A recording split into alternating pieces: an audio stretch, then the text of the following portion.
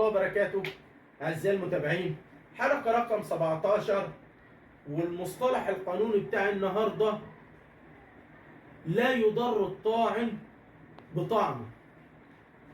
يعني النهارده انت عامل معارضة في قضية او مستأنف قضية، هل يحق للقاضي ان هو يغلظ العقوبة اللي جاياله؟ انا محكوم عليا بشهر حبس في قضية فعملت فيها معارضة، هل يا استاذ انت كمحامي ينفع القاضي يلاقي ان القضية دي تستحق ان هي تاخد اكتر من شهر؟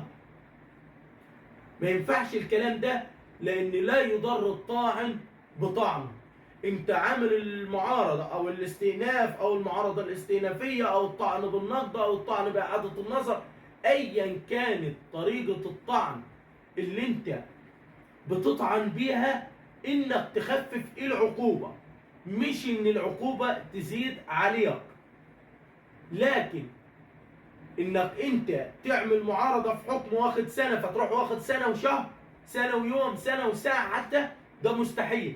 انت بتعترض للحكم او بتعيد النظر في الحكم تاني للتخفيف، لكن ما عندوش القاضي صلاحية انه يزود الحكم عن اللي هو صادر بمحكمة اول درجة.